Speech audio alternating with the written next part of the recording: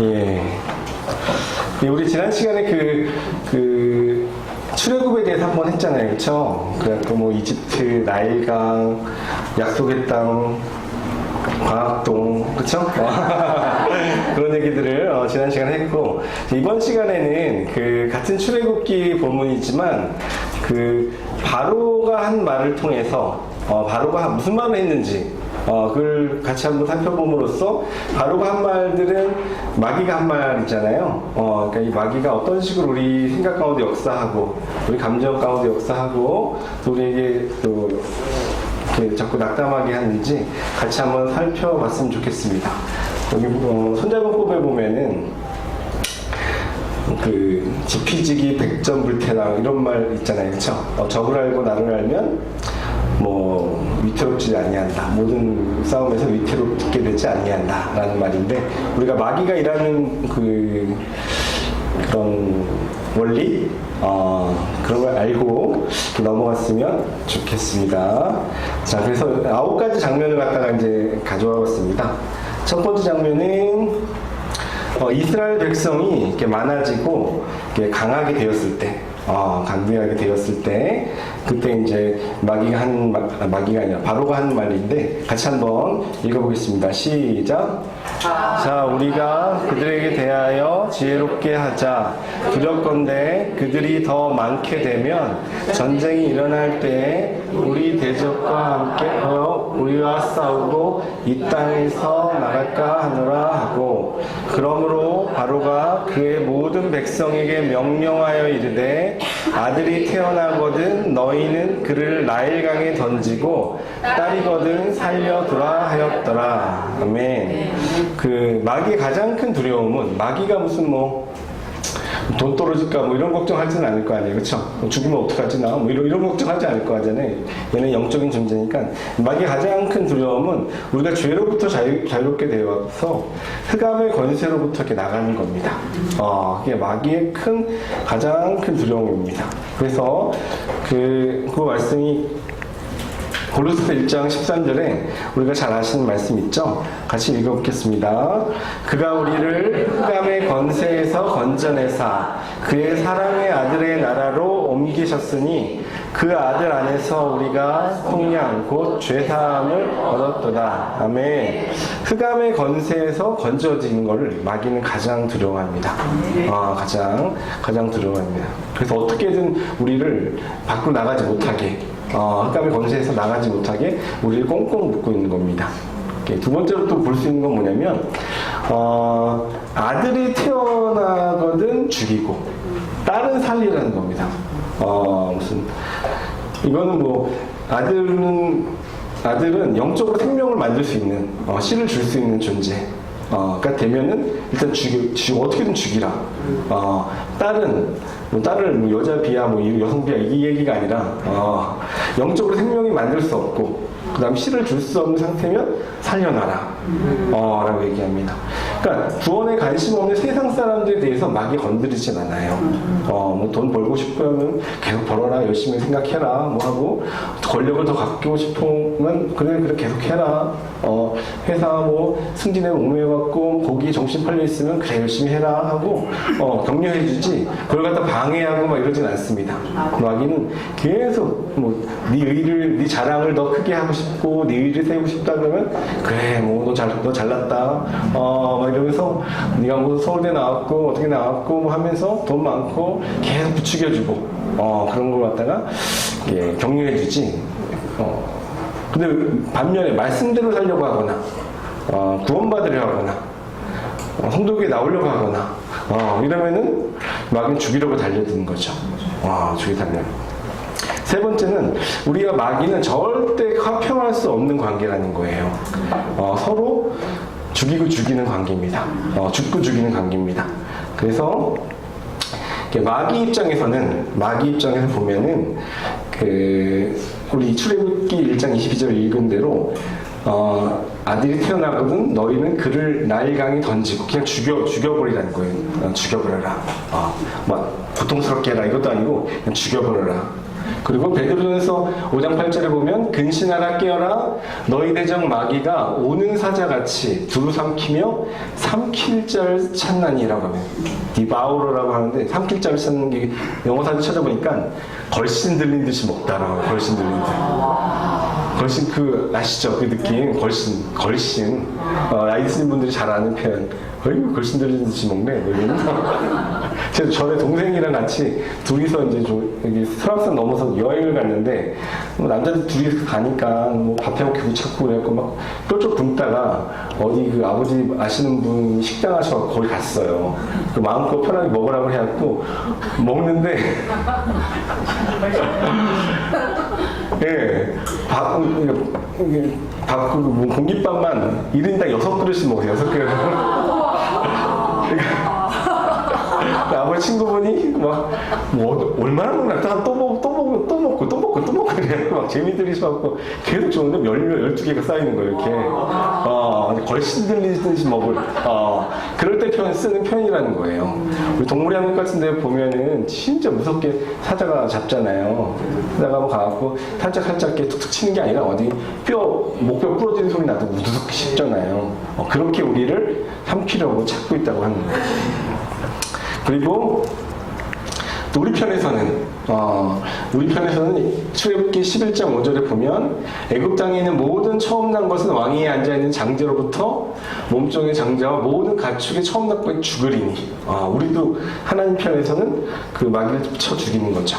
그리고 출애굽기 15장 6절 같이 한번 읽어보시겠습니다. 시작. 여호와여 주의 오른손이 권능으로 영광을 나타내시니이다. 여호와여 주의 오른손이 원수를 부수시니이다. 아멘. 누가복음 20장 43절도 같이 읽어보겠습니다. 시작. 내가 내 원수를 내 발등상으로 삼을 때까지 내 우편에 앉아서 하시도다 하였느니라. 아멘. 아멘. 우리 편도 마찬가지입니다. 우리도 마귀와 뭐 사이좋게 화평하라 이런 말은 없어요. 부서 하나님께서 뭐라고 하시냐면 부수시리라, 부숴버려라. 발등상, 발 밑에 있는 거죠, 그렇죠? 이거 발등상 되기까지 밟아버릴 때까지 앉아 있으라고 합니다. 마귀라고 하지 않고 하나님이 그 애칭을 보여요. 애칭이 뭐냐면 원수라고 합니다. 원수. 애칭이 원수예요. 이게 원수가 뉘앙스가 좀 우리가 아는 거랑 좀 다른데 전에 그 졸업생 중에 어떤 친구가 막 자기 선생님 뭐 학교 잘 가서 감사하다고 이렇게 와서 인사했던 친구가 있는데 그 얘기 들어보니까 그 입학 성적이 좋아갖고 4년 장학금에다가 서울에 좀 좋은 대학교인데 4년 장학금에다가 뭐 기숙사 무료 입사에다가 한 달에 20만 원씩 30만 원씩 이렇게 돈이 나온대요. 4년 동안. 그러니까 그리고 그 증서를 갖고 집에 갔더니 엄마가 너무 기뻐하시면서 그때부터 자기 이름이 바뀌었대요. 집에서. 아이고 우리 아들. 이름이 아이고 우리 아들로 바뀌었대요. 이름 안 부르고 아이고 우리 아들 이렇게. 마귀를 아이고 우리 왼수 이게 아니에요. 이게 아이고 왼수 이게 아니라 진짜 부셔버려야 되는 그 존재라는 거죠. 부셔버려야 되는 존재라는 거예요. 하나님께서 우리가 하나님과 하나 되어서 하나님의 권세로 우리의 원수인 마귀를 붙으시기 원하십니다. 마귀 절대 화평하고 잘 지낼 수가 없는 그런 존재라는 겁니다. 예. 그리고 여기 보시면은 이렇게 미국에 있는 그 산이에요. 요세미티 국립공원이라고 거기에 있는데 엘 카피탄이라는 데입니다. 여기 보시면은 이 완전히 절벽 그 암벽 산이잖아요. 이게 또 어떻게 보면 조그맣게 보이는데 높이가 한 1km 정도 돼요. 975m라고 합니다. 970. 어마어마하게 높아요. 이게 암벽 등반하는 사람들이 올라가다 많이 죽기도 하고 정말 가고 싶어하는 꿈의 어떤 등반 코스인데 암벽 등반 코스인데 여기 저기 백번도로 타고 오다 보면은 의정부 IC 들어오기 전에 저기 멋있게 저기 도봉산에 있거든요. 찾아보니까 거기가 선인봉이라고 하는데 거기 막 확대해 보면 올라가는 사람들 보여요. 이렇게 그게 한 200m 정도 돼요. 거기도 꽤 높은데 근데 얘는 거의 1km라는 거예요. 그러니까 롯데 월드타워가 555m 4km거든요. 그러니까 얘는 그 2배 정도 돼. 그걸 갖다가 여기를 올라가는데 그 알렉스 허놀드라는 사람이 여기는 그냥 올라가다가 기술 없으면 죽기도 할 거 아니에요, 잘못하면. 여기를 맨손으로 올라갑니다. 줄 없이 맨손으로, 맨손, 그쵸? 그렇게 해갖고 맨손으로 줄 없이 올라가요. 시작부터 끝까지. 이게 이제 다큐멘터리 나온 적이 있습니다. 프리솔로라고, 여기 보시면 이 사람이에요, 여기. 부분 줄이 아무것도 없죠. 아무것도 없고, 이 밑에 무슨 나무들이 있나 보이는데 엄청난 큰 숲이에요, 숲. 밑에 숲이에요. 네, 여기서는 뭐 잘못 허리 잘못 폈다가 그냥 뒤로 쓰러지는 거고, 발 디딜 데가 없어요. 발 디딜 데가 없고, 그냥 이렇게 아무리 봐도 길이 없는데 그냥 여기 지나면 죽는 거예요. 그냥 미끄러지면 죽는 거고.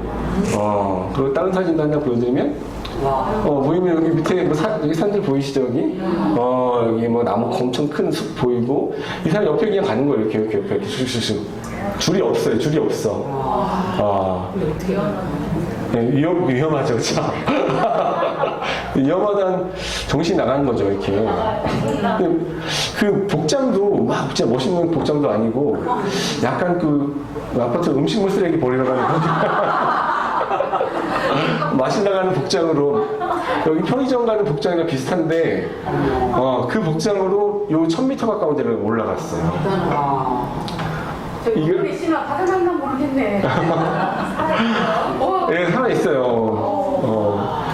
근데 이걸 촬영하는 사람들도 너무 아찔하고 쳐다보지 못하는 거예요. 너무 무서워갖고. 아무 도움 없이 이걸 갔거든요. 이걸 보면서, 그러니까 하나의 실수도 용납이 안 됐잖아요. 그쵸?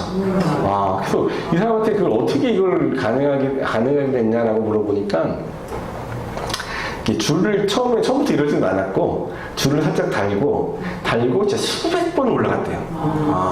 그럼 거기 눈만 감으면 어느 위치가 다 보인대요, 이렇게. 몇 번에 어디선 어디 잡아야 되고, 어디선 어디 잡아야 되고, 발은 어느 위치에 있어야 되고, 그렇게 그걸 진짜 수백 번 했대요, 수백 번. 그리고 거의 이제 느슨하게 줄을 하고서도 계속 해하고, 이쯤 되면 할 수 있겠다는 생각이 들면 올라갔다는 거예요. 이걸 보면서 저는 이게 우리가 이렇게 천국 가는 게, 구원받는 게 이거랑 비슷하지 않을까라는 생각이 드는 거예요. 만약에 딱 죽었을 때는 우리가 딱 육신에 죽었을 때는 어떻게 보면 이 상태에서 이걸 해 나갈 수 있는 상태여야 된다는 거죠, 이렇게. 그런 능력이 있어야 되는. 우리 힘은 아니지만 있어야 되는.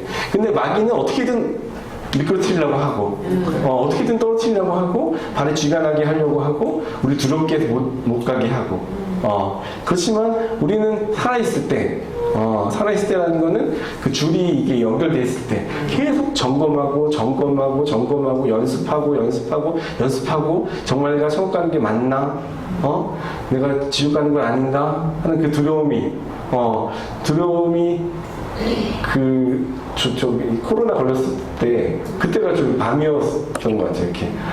영적인 생각이 전혀 말씀 생각도 안 나고, 아까 신목사님 말씀하신 대로, 계속 막 다운돼갖고, 막 약 때문에 정신이 없는 건지, 이게 코로나 때문에 정신이 없는 건지, 막 엄청 힘들었었는데, 그때 말씀을 갖다가 이제 들으면서, 계속 파일을 들으면서, 이제 회복이 확 되더라고요.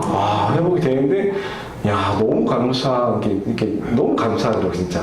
제가 이렇게 학교 다니는 것도 감사하고, 너무 좋은 아내 있고, 너무 좋은 아들, 딸 있는 것도 감사하고, 좋은 부모님 있는 것도 감사하고, 그냥 너무 감사하고, 콧노래가 흐르는 걸 막 교무실에서, 그랬더니 선생님들이 살아났네, 살아났어.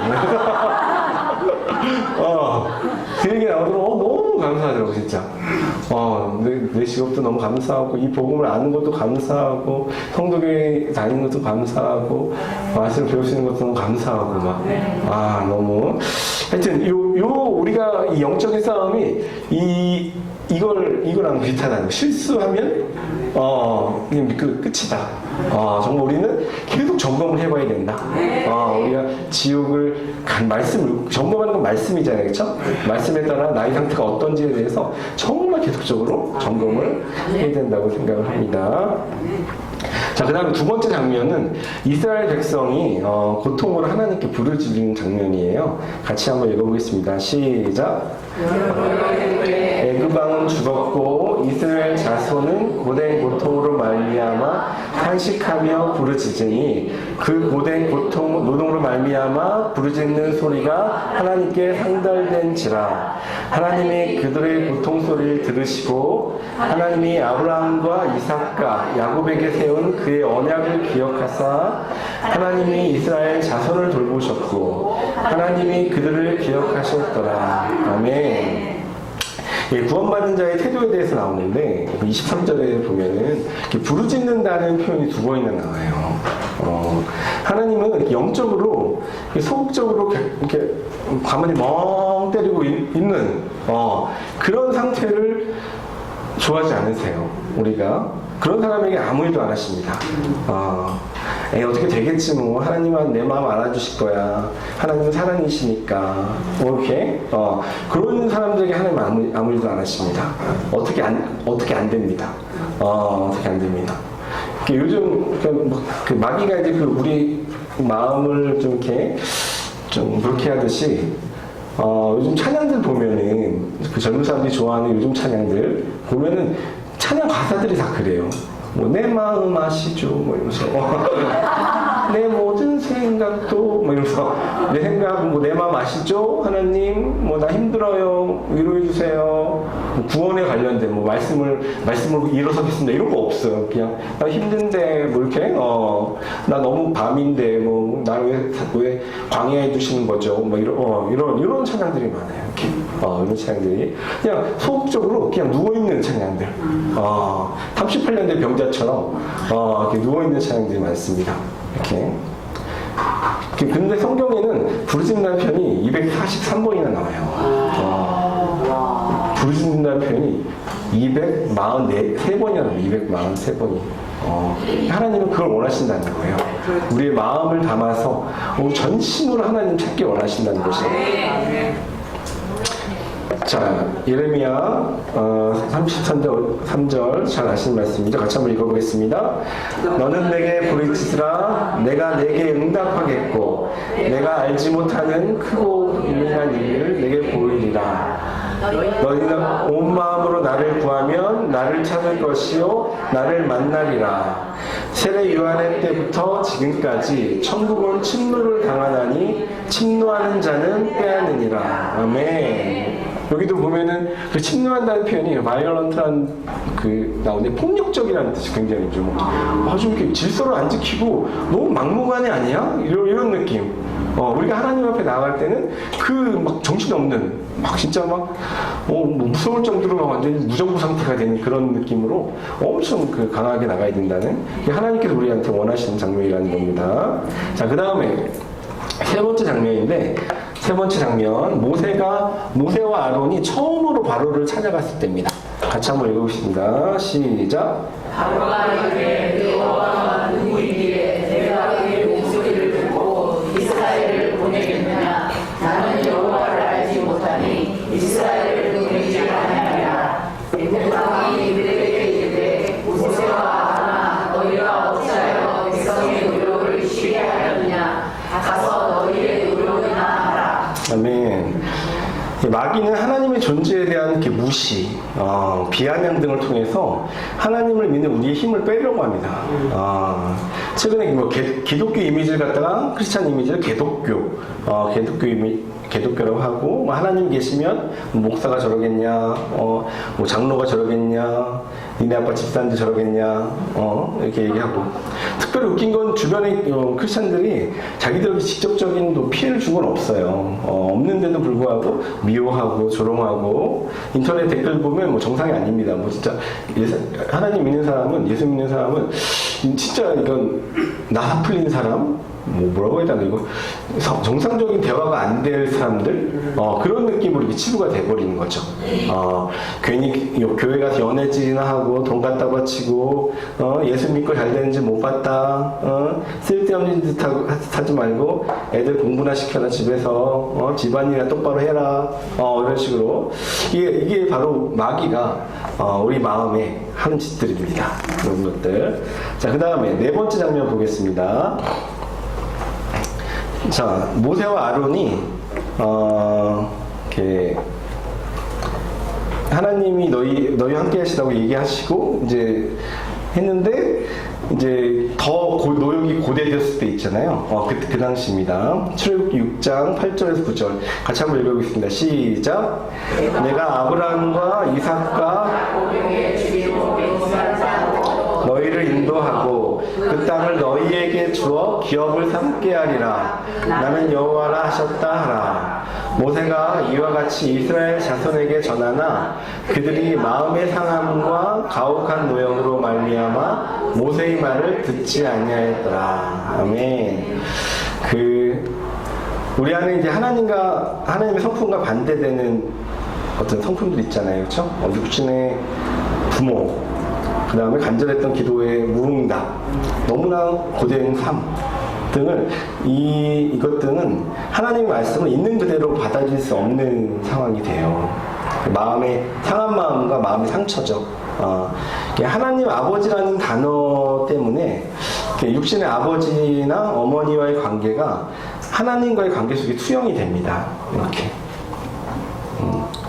근데 이렇게 친밀함이 있잖아요, 그렇죠? 친밀함, 좋은 면은 친밀함인데 반면에 이렇게 인간의 그 안에 죄가 많기 때문에 이렇게 불완전해요. 대부분 부모님들이 다 대보셔서 알겠지만 자녀를 사랑한다고 해도 양육하는 과정에서 인간이기에 상처를 주게 마련이에요. 가까운 사람이 가장 큰 상처를 주거든요. 멀리 있는 사람은 상처를 많이 안 줘요. 저기 프랑스 마크롱 대통령이 뭐라고 하든 상처를 전혀 안 받습니다. 심지어 미국 대통령이 뭐라고 안 맞는 얘기를 해도 몰라요. 뭐라는 거야 이러면서 몰라요. 그렇지만 가장 친밀한 관계에 있는 사람들은 조그만 어떤 말이 아니라 어떤 제스처만 줘도 상처를 받게 마련입니다. 예를 들면은 그때 수능을 보고 어떤 학생이 막 그 상담하는데 펑펑 우는 여학생이 있었는데 왜 그러냐 그랬더니 수능 성적이 안 나온 거예요. 집에 들어갔는데 아직 지원을 하기 전이고 들어갔을 때 이제 부모님들이 이렇게 딱 마주치잖아요. 그러면 이렇게 아이고 그래 어디 갔니 이렇게 따뜻하게 말하는 게 아니라 딱 눈 마주치고 이러고 간다는 거예요, 자기 방으로. 그러면 그거 막 사무치는 거죠, 이렇게. 말을 안 하더라도 가까운 관계는 상처를 주기 마련이에요. 상처를 주기 마련인데, 본인의 삶이 힘들어서 이제 부모님들 보면 짜증이 많은 부모가 있을 수도 있고, 너무 율법적이어서 하지 말라가 많은, 너무 인색한 부모가 있을 수도 있고, 폭력적인 부모가 있을 수도 있고, 너무 부부싸움이 잦아서 너무 부부싸움이 심한, 부부싸움이라고 하기엔 좀 부부전쟁이 심한 부부전쟁이 많은 그런 부모일 수도 있고, 너무 책임감이 없는 부모일 수도 있고, 아니면 너무 어릴 적부터 부모가 없어갖고 부모의 부재 때문에 상처가 있을 수도 있고 있는데, 마음이 상한 그 상태에서는 그 육신의 부모로 인해서 그 아버지에 대한, 하나님 아버지에 대한 오개념이 잘 잡혀요. 하나님은 원래 좋으신 분이고, 하나님은 선하신 분이고, 하나님은 엄청나게 사랑이 많으신 분인데, 그 부모에 대한 오개념 때문에 하나님을 오해하고 있는 거예요. 말씀을 그대로 고지고대로 받아들일 수가 없어요. 네. 그리고 차라리 이렇게 하나님 할머니, 하나님 할아버지 이를 쓰면 할머니 할아버지는 언제 쏟아붓기 좋은 것만 또 주시니까 그럼 또 더 괜찮지 않을까. 하나님 삼촌 하나님 이모 그럼 더 가깝게 그러면 괜찮을 텐데, 근데 하나님 아버지니까 그 아버지 부모님에 대한 어떤 그게 투영이 굉장히 된다는 거죠. 그 다음에 또 간절히 오랫동안 원했던 기도 제목이 이루어지지 않았을 때도 굉장히 마음의 상처가 됩니다. 그게 물론 개인의 욕심으로 구한 거일 수도 있지만, 예를 들면 어느 대학을 너무 하고 싶으면 진짜 이것만 하나님 이것만 했는데 뚝 떨어졌어. 다신 말 하나 봐라. 막 이러면서. 아니면 가족 중에 누가 너무 아프셔갖고, 낫게 대해서 계속 기도했는데, 돌아가셨어. 이것도 큰 상처가 되는 거죠. 그쵸? 그 다음에, 뭐, 어떤 결혼 생활 굉장히 힘들어서 빨리빨리 좋아지게 해주세요 했는데, 더 나빠지고. 이러면은 더 이상 기도 안 할래요, 나 하나님. 이렇게. 또 너무너무 먹고 살기 힘든 상황. 진짜 하늘 한번 쳐다보기가 힘든 상황. 이런 힘든 상황들은 하나님의 말씀을 받기가 힘든 상황이 됩니다. 그러니까 하나님과 나 사이에 어떤 큰 돌이 있는 거죠. 그렇죠? 돌이 있어갖고 하나님과 좋은 관계를 하나님 말씀을 있는 그대로 받아들여야 되는 그게 안 돼요. 그게 안 되는 상황이 됩니다. 같이 한번 요한복음 11장 말씀인데 같이 한번 읽어볼게요. 시작. 그래서 이르시되 그 죽은 자의 눈이 바라다가 이르되 주여 죽은 자가 다 의되었으니 벌써 냄새가 나나이다. 예수께서 이르시되 내 말이 네가 믿으면 하나님의 영광을 보리라 하지 아니하였느냐 하시니 돌을 옮겨놓으니 예수께서 눈을 들어보시고 이르시되 아버지여 내 말을 들으신 것을 감사하나이다. 아멘. 전에 그 영양사분께서 이렇게 말씀하신 부분인데 그 돌을 옮겨놓을 필요가 있습니다. 돌을 누군가 옮겨놔야 돼요. 근데 물론 이 말씀에서 누가 옮겨놓은지 이름은 안 나옵니다. 근데 돌을 이렇게 옮겨줘야 되는데 그 놓을 수 있는 사람은 그 마음에 그리스도가 있는 사역자예요. 그 마음에 그 말 못했던 그 말들을 갖다가 꺼내놓고 편하게 할 수 있고, 그걸 갖다 마음 안에 있는 그리스도께서 들으시는 거죠. 그럴 때, 이게 상처가, 이 돌들이 이렇게 빠지기 시작합니다. 돌들이 빠지기 시작합니다. 그래서 사역을 시작할 때 많이 들어주잖아요. 그쵸? 많이 마음이 시원하게 되도록 많이 들어주잖아요. 저 같은 경우는 제 아내, 영희 전도사가 진짜 많이 해줬어요. 그걸 갖다가 거의 진짜 다른 사람은 모르겠는데 제 아내는 저한테 진짜 돕는 배필이에요. 진짜. 정말 돕는 배필입니다. 그래갖고 그 아내 뭐 얘기 들어주면 아유 힘들었겠다 뭐 하면서 공감해주고 같이 눈물 흘려주고 뭐 그러고 제가 뭐 그래서 너무 감사하다고 진짜 내가 구원받은 거는 자기가 진짜 한 80~90%는 진짜 지분이 있다고 너무 감사하다고 이렇게 제가 제가 혼자서 누워서 이렇게 자고 막 이렇게 있으면은 이제 그만 일어나서 이제 좀 영적으로 일어나시죠 막 그러면 제가 아무도 나를 뭐 옮겨다 줄 사람이 없습니다 이러면서 물이 동하여도 아무도 저를 옮겨줄 수가 없어요 이러면서 그걸 깔깔대고 웃고 서로 그랬었는데 하여튼 정말 그 잠언 19장 14절 보면 집과 재물은 이게 제가 기도 제목이었거든요. 총각 때 집과 재물은 조상에게부터 물려받지만 상속받지만 슬기로한 아내는 여호와께로부터 이렇게 말미암는다고. 하나님 슬기로운 아내를 만나기 원합니다. 그렇게 기도했는데 이렇게 1+1처럼 이렇게 얼굴도 아름다운 자매를 이렇게 근데 이런 말은 좀 싫어하더라고요. 제 아내는 이런 건 싫어. 영희 전도사는 이런 건 싫어하고 얼굴 보고 만났더니 뭐 마음까지 좋았더라. 이런 말 좋아하더라고요. 자기는 너무 얼굴을 봐. 막 이러면서 이런 말을 좋아하는데 하여튼 너무 이렇게 너무 감사해요. 그러니까 진짜 제가 약간 이생의 자랑이 아니고 안목의 정욕 그런 게 좀 있거든요. 근데 어릴 때부터 집이 그렇게 부유하진 않았기 때문에 부모님은 최대한 다 해주려고 노력을 했는데도 불구하고 막 갖고 싶은 것들 있잖아요. 근데 그것들 다 가질 수는 없잖아요. 근데 이제 제가 그래도 약간 장남이고 그러다 보니까 아예 그냥 이렇게 가질 수 없는 것들은 그냥 이렇게 사달라고 쫄르고 그런 타입은 아니었기 때문에 그런 것들이 하나님과의 관계에서도 약간 좀 방해가 된다는 거예요. 그래서 제가 뭐 사고 싶은 이쁜 자동차가 있었어요.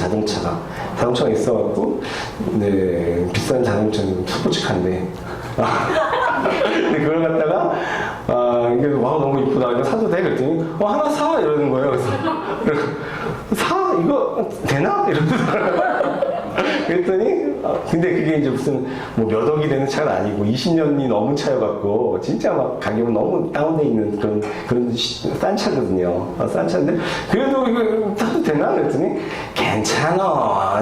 왜 그래? 이렇게 쪼잔하게 이러면서 다 이렇게 그게 자기가 하나님 만나는데 더 도움이 돼 이렇게 얘기를 하더라고요. 이런 아내는 진짜 없죠. 진짜 없죠. 그게 더 도움이 돼. 정말? 이러면서 잠깐만요 저기요 이러면서 일단은 샀어요. 사갖고 막 타고 다니는데 너무 기분이 좋더라고. 이렇게 출근하는 길도 기분이 좋고 퇴근하는 길도 기분이 좋고 하나님이 나 사랑하시네 하고 막 생각해요. 그게 뭐 가격은 진짜 막 아반떼보다 싸요. 되게 싼 차인데 그런데 너무 저한테 너무 좋은 하여튼 그 어떤 그 돌들을 치워주는 그 역할들을 아내가 이렇게 해주는 거죠. 그렇죠? 해줬습니다. 예, 그런데 이 돌을 빼고 있으면 돌을 계속 빼기만 하면 이게 또 중독처럼 이렇게 시원시원하니까 자꾸 이렇게 시원시원하니까 돌 빼는데 그치면 안 돼요. 돌 빼는데 거기서 그쳐버리면 먼저 구원이 됩니다. 왜냐하면 자기가 마음이 시원해져갖고 하나님이 나를 사랑하고 계시는 거 하나님 마음이 느껴지기 시작하니까 난 구원받았구나. 그냥 죄와 상관없이 구원받았구나로 넘어가는 상황이 돼버립니다. 하나님은 그거에 대해서 경계하는 말씀을 하시죠. 같이 한번 읽어보겠습니다. 시작. 너희는 귀를 기울여 내 목소리를 들으라. 자세히 내 말을 들으라.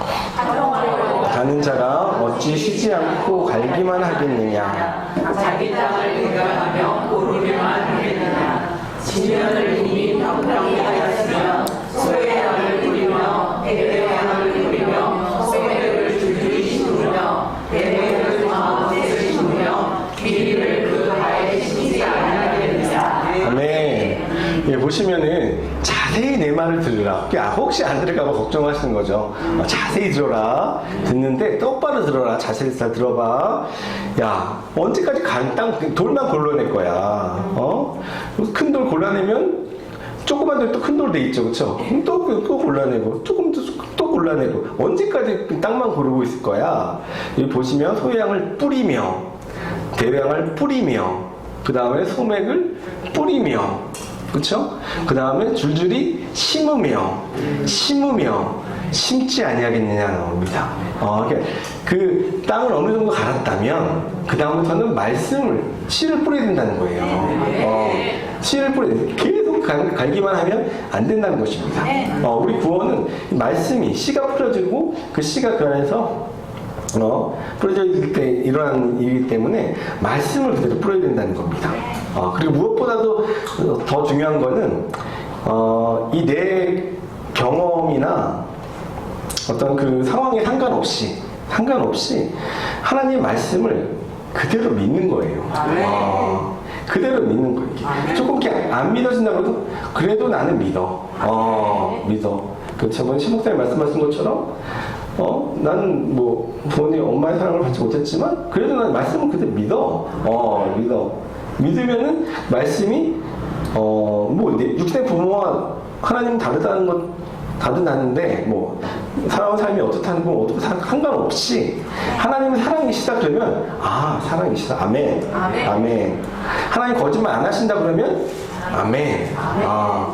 그래야 그 마귀들이 심어놓은 돌들을 제거할 수가 있고 하나님께 나아갈 수가 있습니다. 네. 그래서 말씀 같이 한번 읽어보면 시작. 내 부모는 나를 버렸으나 여호와는 나를 영접하시리라. 아멘. 부모의 어떤 그 좋고 나쁨에 상관없이 부모 있고 없음에 상관없이 나는 하나님을 붙잡겠다. 왜냐하면 여호와는 나를 영접하는 거 원하시기 때문에. 네. 자, 그 다음에 5번째 장면은 개구리 재앙 후에 일어나는 그 말씀입니다. 같이 한번 읽어보겠습니다. 시작. 바로가 모세와 아론을 불러 이르되 여호와께 구하여 나와 내 백성에게서 개구리를 떠나게 하라. 내가 이 백성을 보내리니 그들이 여호와께 제사를 드릴 것이니라. 그러나 바로가 숨을 쉴 수 있게 됨을 보았을 때 완강하게 하여 그들의 말을 듣지 아니하였으니 여호와께서 말씀하신 것과 같더라. 예, 아멘. 보낸다고 해놓고 안 보내는 거예요. 보낸다고. 근데 이게 여기만 그런 게 아니라 7번째 제각 후에도 여호와는 내가 범죄했다, 내가 잘못했어, 여호와는 의로우시고 나와 내 백성은 악하다 하면서 또 안 보냈죠. 그 다음에 8번째 재앙 후에도 내가 너희의 하나님 여호와가 너희에게 죄를 지었다, 나를 용서해다오 하고 안 보냈죠. 그 다음에 10번째 장자의 죽음 후에 여호와를 섬기며 뭐 다 나가라 라고 하고 쫓아서 죽이려고 그러죠. 그렇죠? 그 장면이 계속 반복돼요. 그러니까 우리 안에 죄들은 반복성이 있습니다. 쉽게 끊어지지 않아요. 사람이 죄가 무수히 많지만 그 죄들을 뭐 돌아가면서 이렇게 무슨 뭐 월화수목금토일 하듯이 아니면 한 달 동안 돌아가지 골고루 짓지 않아요. 사람들은 자기가 짓는 죄만 짓습니다. 주로 짓는 죄들이 있어요. 그 죄만 골라서 짓고, 아이고, 잘못했어요. 이러고 다시 와서 또, 살다가 또 똑같은 짓 하고, 계속 똑같은 짓을 반복합니다. 죄의 반복성이 있어요. 또 같은 죄를 반복하는 자신을 발견하게 돼요. 어느 순간 딱 정신 차려 보면 또 제자리예요. 이것이 죄의 속성이고 마귀의 속성입니다. 디모데전서 1장 16 같이 읽어보겠습니다. 시작. 그들이 하나님을 시인하나 행위로는 부인하니 가증한 자요 복종하지 않는 자요 모든 선한 일을 버리는 자니라. 그 다음에 베드로서 2장 22절 참된 속담에 이르기를 개가 그 토하였던 것에 돌아가고 돼지가 씻었다가 더러운 구덩이에 도로 누웠다 하는 말이 그들에게 응하였더라. 아멘. 예, 하나님을 시인하나 행위로는 부인하는 자를 가증한 자라고 하십니다. 그리고 개가 토하였던 것을 다시 먹고, 그렇죠? 돼지가 씻었다가 더러운 구덩이에 다시 도로 놓는 거. 이게 죄의 속성이고 마귀는 계속 우리를 그 자리로 끌고 가려고 합니다. 예. 이 반복성을 끊을 수 있는 길은 그리스도의 십자가 사건, 죄사함의 사건, 이 대속의 사건을 온전히 믿는 것밖에 없습니다. 네. 이 6번째 장면은 그 4번째 재앙, 파리 재앙 후에 일어난 일입니다. 같이 읽어보겠습니다. 시작. 바로가 모세와 아론을 불러 이르되 너희는 가서 이 땅에서 너희 하나님께 제사를 드리라. 바로가 이르되 내가 너희를 보내리니 너희가 너희 하나님 여호와께 광야에서 제사를 드릴 것이나 너무 멀리 가지는 말라. 그런즉 너희는 나를 위하여 간구하라. 아멘. 보시면 이 땅에서 내가 같이 막 이 땅에서 다 좋은데 이 땅에서 지내. 너무 멀리 가지 마. 이 땅 우리 내 땅 좋잖아. 너무 멀리 가지 마. 이렇게 얘기합니다. 이게 하나님께 예배 드려도 좋아. 괜찮아. 단 이 땅을 벗어나지면 안 돼. 이 땅이 뭡니까? 교회 나가도 괜찮아. 성가대 열심히 해도 괜찮아.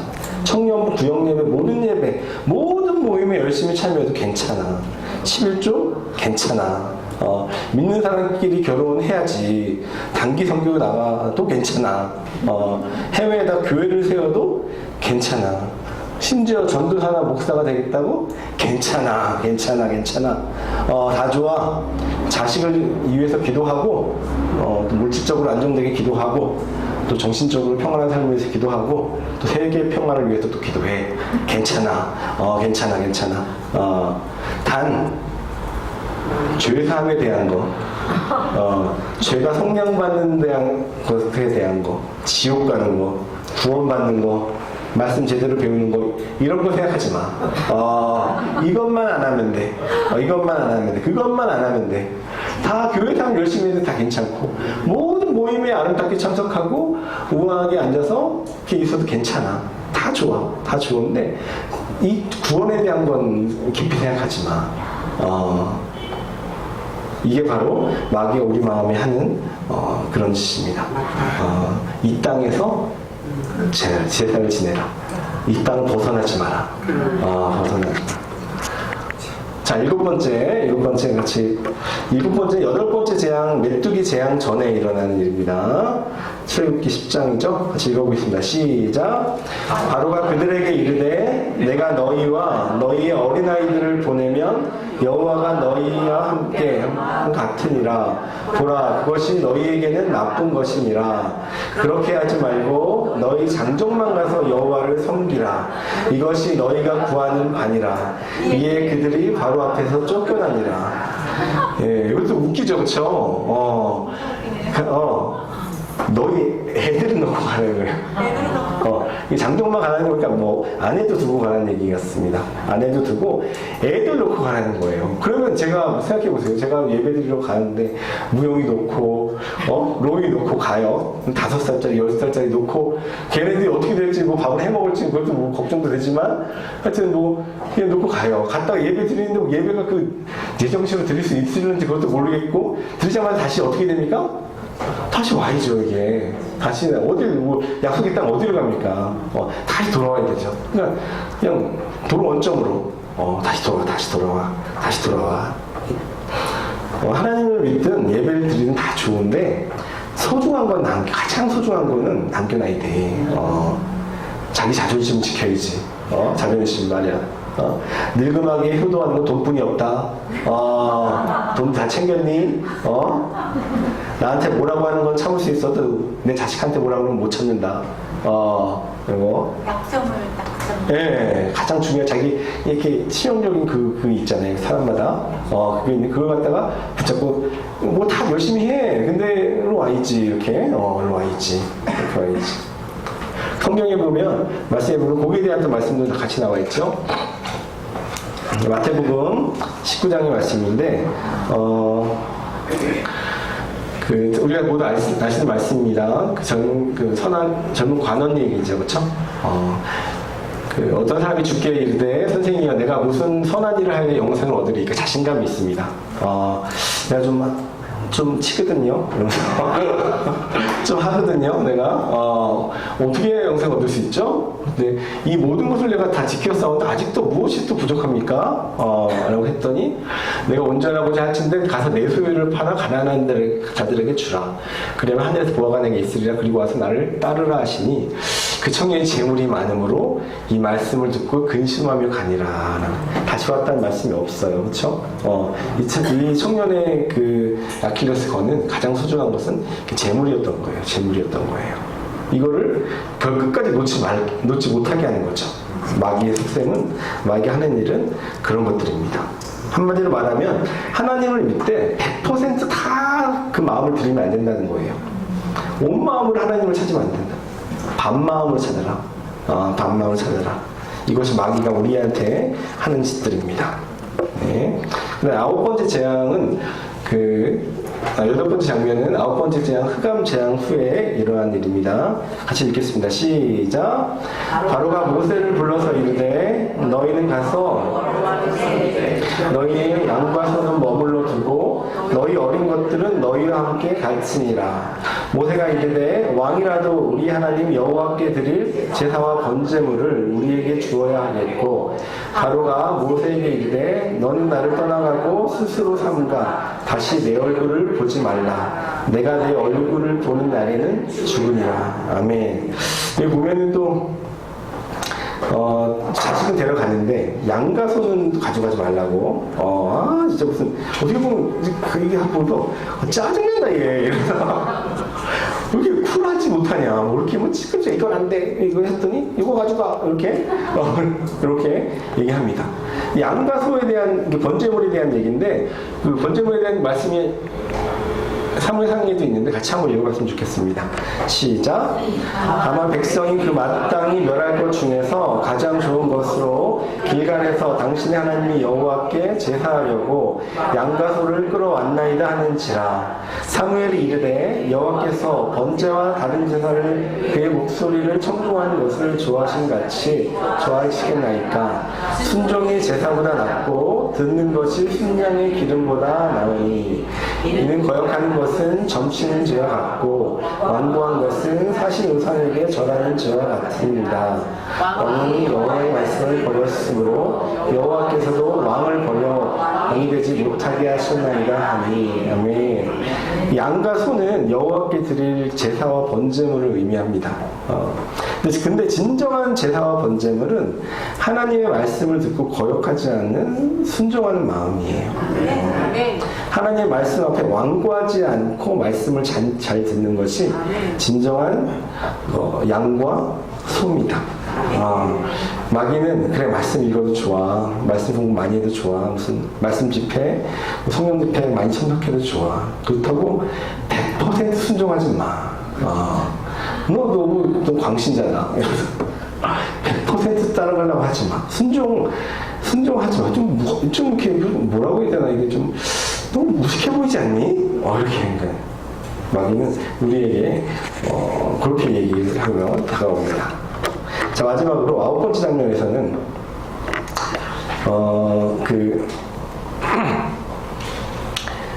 애국 병사들이 홍해 앞까지 쫓아오는 걸 봤을 때죠. 그래서 너무 놀래갖고 이스라엘 민족들이 막 아무 말이나 막 뱉고 하는 아무 말 대잔치가 막 일어나고 있습니다. 같이 한번 읽어보겠습니다. 시작.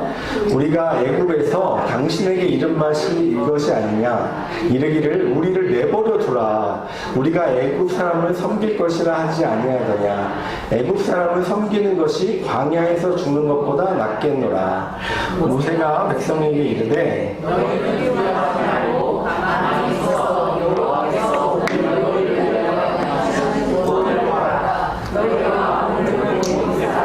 영원히 다시 보지 아니하리라. 아멘.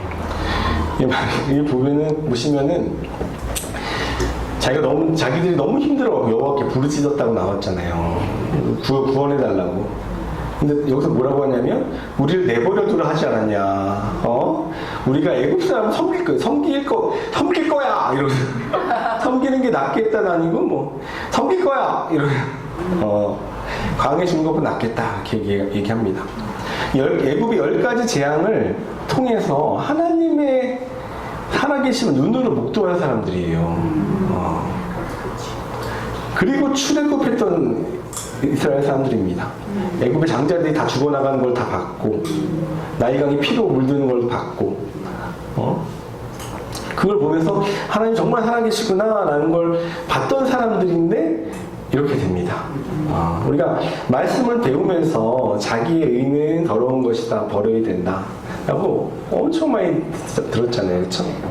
자존심을 쉬운 말로, 시봉사님이 하신 쉬운 말로 자존심이 죽어야 된다고. 자존심이 죽어야 된다고. 내가 죽어서 그리스도와 하나 되는 것이 중요하다. 이게 뭐 담임 목사님도 설교를 통해서 매번 강조하시는 내용이시잖아요.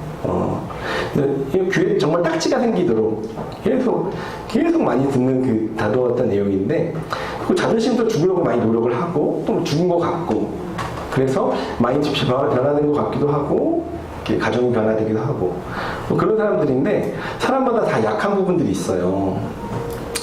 어떤 사람은 교만한 게 다른 사람보다 더 센 사람도 있고, 그 다음에 어떤 사람은 뭐 돈에 매여 있고, 어떤 사람은 자존감이 좀 낮고, 어떤 사람은 세상 자랑이 많고, 또 어떤 사람들은 뭐 사람에 매여 있고, 남편에게 매여 있는 사람도 있고, 아내에게 매여 있는 사람도 있고, 자식에게 매여 있는 사람도 있고. 근데 공통적인 거는 자신들은 그렇게 생각 안 해요. 남이 봤을 땐 보여요, 이게. 아이고, 돈 귀신이 붙었구만. 막 이러는데, 본인은, 나처럼 돈에 자유로운 사람이 없어요. 맨날 맨날 남편 그러는데, 전혀 남편이랑 전혀 그런 관계가 없다라고 생각을 합니다. 그리고 특징이 뭐냐면, 자신과 비슷한 사람을 싫어해요.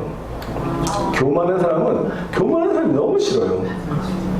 제가 딱 보면, 교만해. 딱 보면 한눈에 보여. 아이고, 과가 아주 그냥, 아이고. 교만한 사람은 제대로 알아보는 거죠, 이렇게.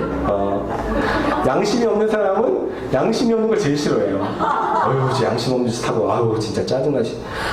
주차를 이런 데다 해놔. 이러면서. 경험 없는 사람은 또 경험 없는 사람을 제일 싫어해요. 이거 뭐 반찬 좀 줬더니 빈통으로 왔어요.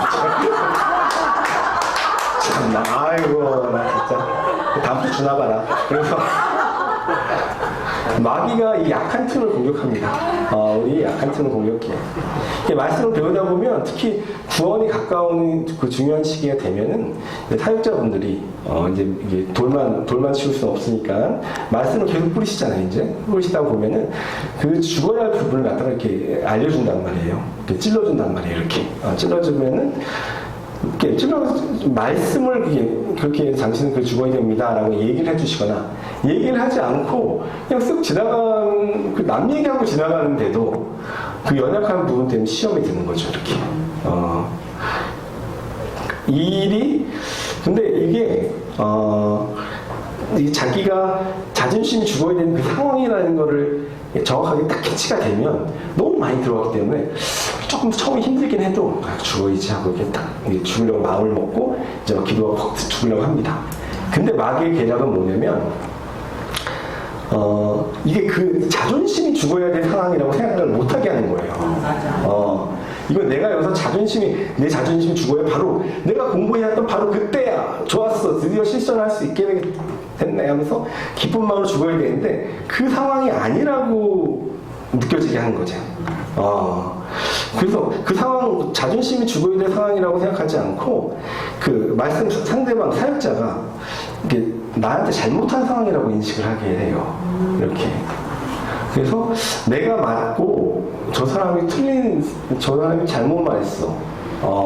이상은 저 사람이 나를 오해한 상황이야. 이 자존심 문제는 아니지, 이건 경우 문제지. 이게 우리가 무슨 사람 간에 그게 있지 이게 말이야. 이게 경우가 없어 사람이 이러면서. 나 왜 말꼬투를 잡고 저러지? 내 말, 보통 상담 이렇게 얘기하다가 자기 무슨 말을 해야 하고 그거 갖고 이제 사역자가 무슨 하나님도 아니니까 딱 봐서 자매님 그러시군요. 뭐 이렇게 알 수가 없잖아요. 근데 무슨 말을 들어보면 알잖아요. 이게 뭐예요? 있구나. 그러니까 그 말 갖고 자매님 말씀하시는 거 보니까 이렇네요라고 하는데 내 말꼬투를 잡고 이래? 이러면서 취소할게요. 그럼 그 말. 이렇게 한다든가 아니면 난 얼마나 한다고 그렇게 얘기해? 지가 나 얼마나 알았다고? 그리고 사역자가 자기보다 나이가 어린 사람이다. 그러면은 나이도 어린 게 나 진짜 무시하네. 이러면서. 그리고 지난번에도 한번 내가 말을 안 했지만 한번 참았거든 나도. 이번은 못 참지, 이건 못 참지. 이 정도 막 가자는 거지. 이러면서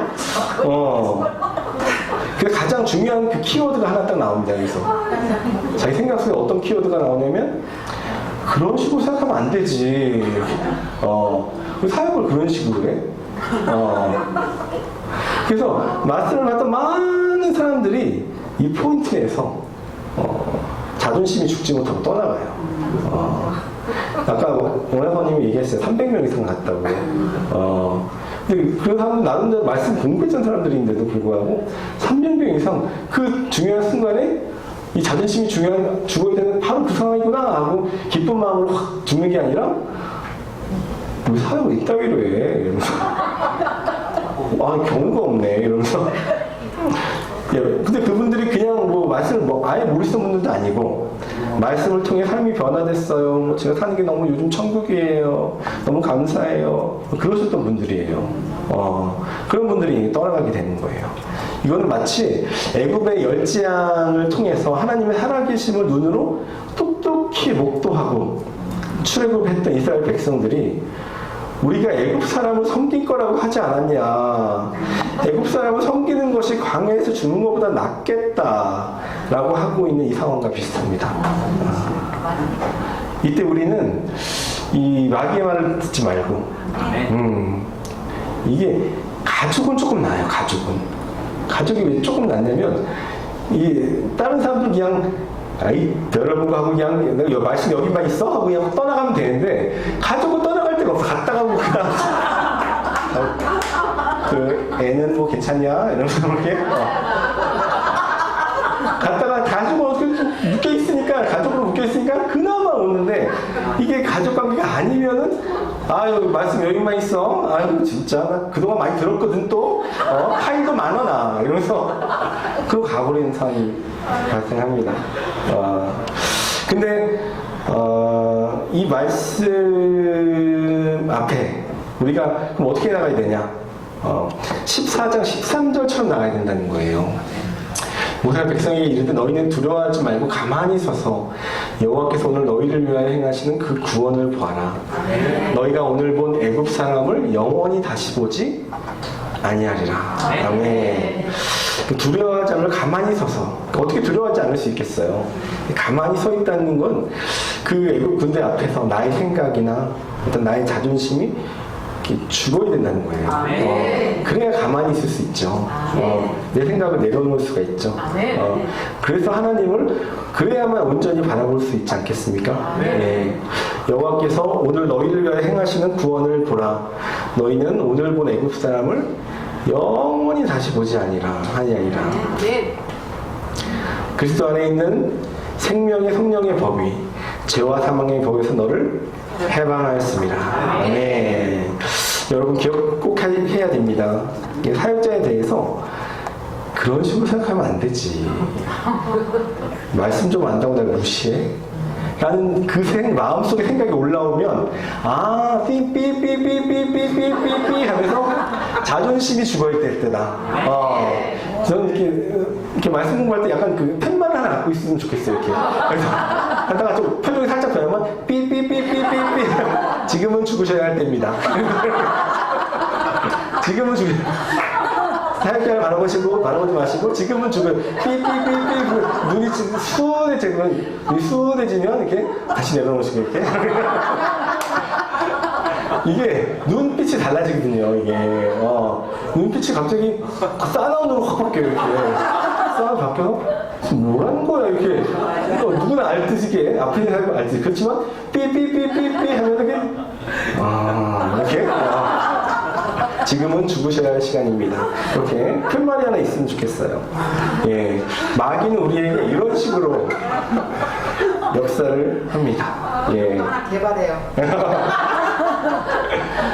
네, 이번 시간에 그 출애굽 사건 가운데서 이렇게 역사하는 그 마귀의 일하는 방법에 대해서 9가지 방법에 대해서 살펴봤습니다. 사람은 모두 제각각인데 그 안에서 열심히 일하는 마귀는 하나입니다. 하나. 한 분 하나님이 아니라 한 분 마귀 새끼. 한 분 마귀.